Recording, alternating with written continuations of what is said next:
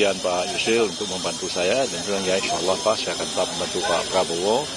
Jadi bidang yang beliau tugaskan itu adalah bidang saya sendiri sebenarnya terkait di bidang hukum dan hak asasi manusia.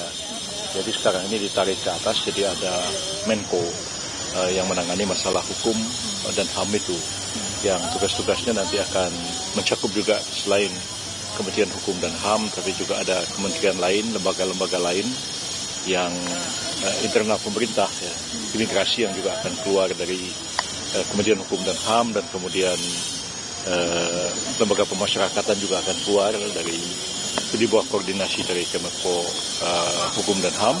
Dan juga kita tahu bahwa yang terkait dengan penegakan hukum itu akan dikoordinasikan bersama-sama sepanjang itu merupakan satu lembaga yang berada di bawah pemerintah.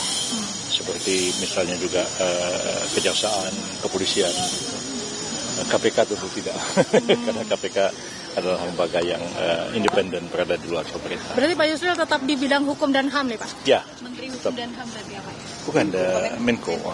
Berarti ini Menko baru ya?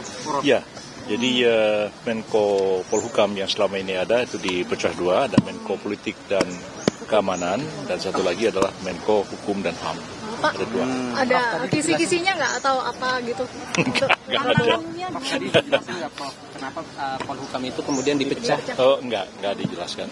Dan itu memang sudah diskusikan sejak lama oleh tim, dan hari ini enggak lagi mendiskusikan masalah itu. Tapi kalau dari pandangan memang semestinya dipecah atau seperti apa, Prof?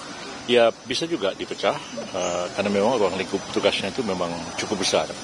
Kalau sekarang ini ada Menko Hukum dan HAM, memang betul-betul fokus kepada pembangunan hukum dan penegakan hukum itu sendiri. Jadi dipisahkan dari politik dan keamanan. Pak, ini kan tugas baru, kementerian baru gitu ya, berat nggak menurut Bapak? Enggak juga sih sebenarnya, dulunya pun saya sudah menangani masalah yang sama. Masalah hukum dan HAM juga, cuman pada waktu itu di bawah koordinasi dari Menko Polhukam. Jadi bidangnya sih tidak sama sekali baru buat saya. Pak Yusril, tadi di dalam pada saat pertemuan dengan Pak Prabowo, apakah menandatangani fakta integritas Pak? Oh sudah, itu sudah ditandatangani beberapa waktu yang lalu. Jadi hari ini sudah tidak ada penandatanganan apa-apa. Ya, sebelumnya memang sudah menandatangani surat kesediaan dan kemudian fakta integritas sudah diserahkan beberapa waktu yang lalu, dan hari ini tinggal dipanggil dan secara resmi diberitahu untuk memikul tugas dan tanggung jawab yang baru ini. Tadi jam berapa Pak dihubungin oleh ajudannya Pak? Sekitar jam 2-an begitu. Jam 2. Ya. Bapak sebelumnya tapi Bapak sudah feeling akan menjadi bagian dari kabinet Prabowo Pak? Ya sudah diberitahu karena sudah diberikan surat kesediaan, dan kemudian fakta integritasnya sudah ditandatangani beberapa waktu yang lalu. Terima kasih Pak. Masih ada di dalam di dalam masih ada beberapa tokoh. Pak Bahlil sudah selesai ya. Kemudian ada Pak Pak Zul sudah selesai. Kemudian ada lagi Pak Muhaimin Iskandar barusan datang. Kemudian ada Pak siapa lagi ya dari Muhammadiyah tadi, Pak Muti. Pak Muti ya.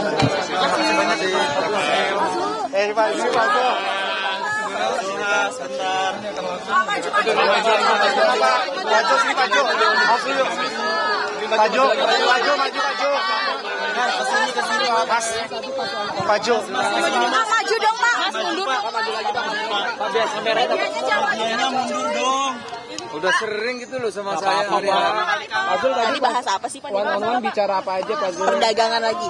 Tadi diminta Bapak Presiden terpilih agar membantu tugas yang teramat mulia beliau nanti di pemerintahan yang dipimpin oleh Pak Prabowo. Kira-kira itu intinya. Gimana lagi Pak?